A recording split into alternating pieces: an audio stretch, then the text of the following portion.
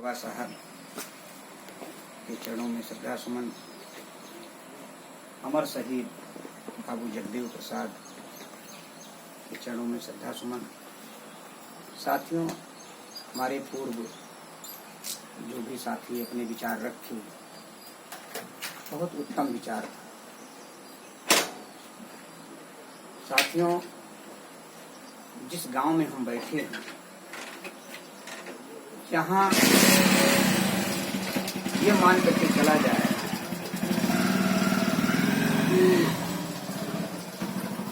कि एक वर्ग दूसरे वर्ग से लगभग तालमेल ना के बराबर है। जो हमने पढ़ा कहीं जातियों में, तो कहीं वर्गों में, या कहीं मान करके चलिए कि धर्म में ही आपस में हम बैठ नहीं सकते।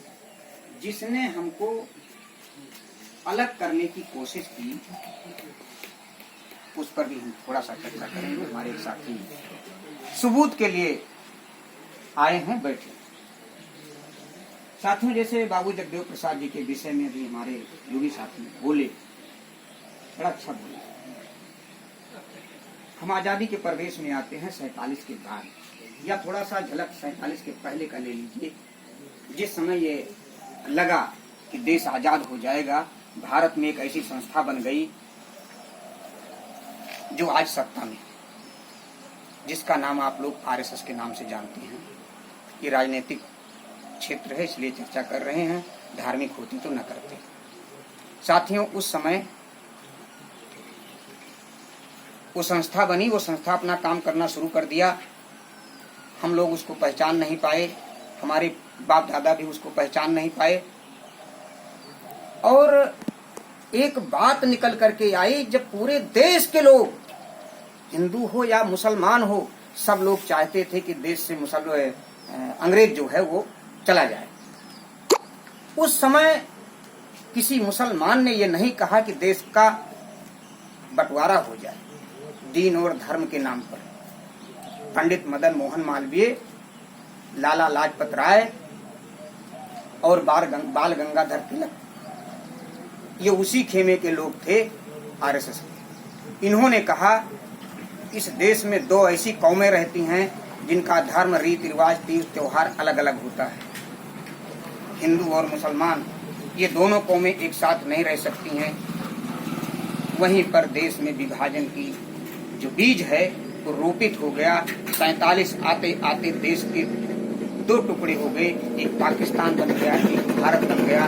साथियों, ये किसी के शरीर को अगर दो भाग में बांट दिया जाए तो क्या शरीर जिंदा रहेगी? साथियों, बड़ी गहराई की बात है। थोड़ा सा एक झलक हमने दिया कि विभाजन का बीज किसी मुसलमान ने नहीं बोया।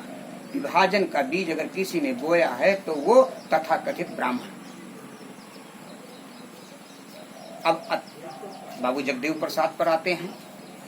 बाबा साहब भीमराव अंबेडकर जी ने संविधान में एक व्यवस्था दिया कि यहाँ के जो दबे कुचले लोग हैं, चाहे जिस जाति से हों, चाहे जिस धर्म को मानते हों, बिना भेद किए हुए सबको बराबरी में लाने की व्यवस्था सरकारें करेंगी।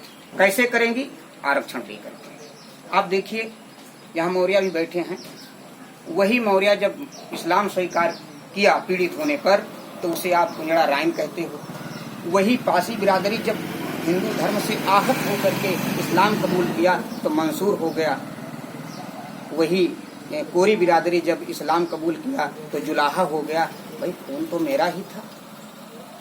दीन धर्म बदल देने से तो कोई बदल नहीं जाता, खून तो बदलता नहीं। खून तो वही सब में है, चाहे हिंदू हो, चाहे मुसलमान हो, ईसाई हो, कोई भी धर्म मानने वाला हो, खून नहीं बदलता है, केवल उसके विचार बदलते हैं। तो अभी हमने इस्लाम को पढ़ा नहीं, इसलिए थोड़ा सा कहीं न कहीं कटता आती है। साथियों, हम मेन पॉइंट पर आते हैं कि आज जो मेरी ये दुर्दशा हो रही है, क्यों? अभी हमारे भाई साहब ने थोड़ा सा एक झलक दिया, समयाभाव के कारण उन्होंने अपनी बात को रोका। साथियों, जब तक हम जातियों में बटे रहेंगे, तब तक हमारे साथ कुचक्र रचता जाएगा। आज की क्या व्यवस्था है, आज तो भाई बहुत बढ़िया सरकार देश में काम कर रही है, लेकिन क्या हमारे अधिकार सुरक्षित हैं?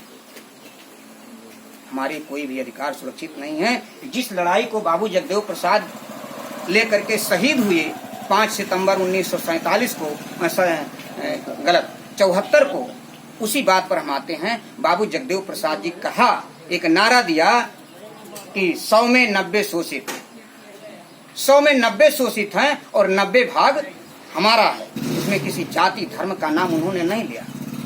तत्कालीन सरकार उनको टार्चर किया और डीवाईएसपी जो होता है वहां का, वो उन पर गोली चलाता है भरी जनसभा में।